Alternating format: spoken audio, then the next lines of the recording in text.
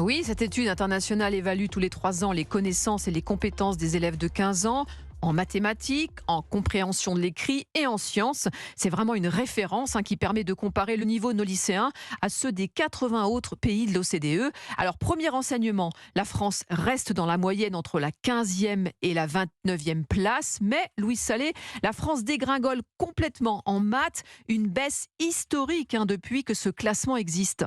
Oui, alors que l'ensemble des pays de l'OCDE ont perdu 15 points par rapport à 2018, la France a perdu 21 points en maths.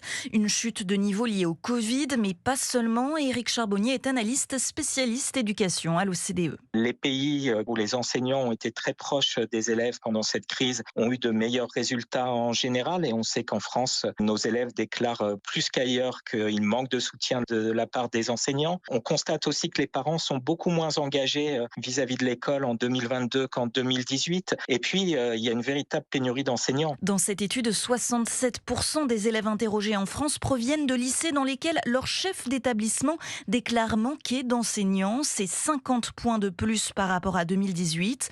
En matière d'écart de niveau entre les plus favorisés et les plus défavorisés, enfin, la France accuse l'un des plus importants retards de l'OCDE.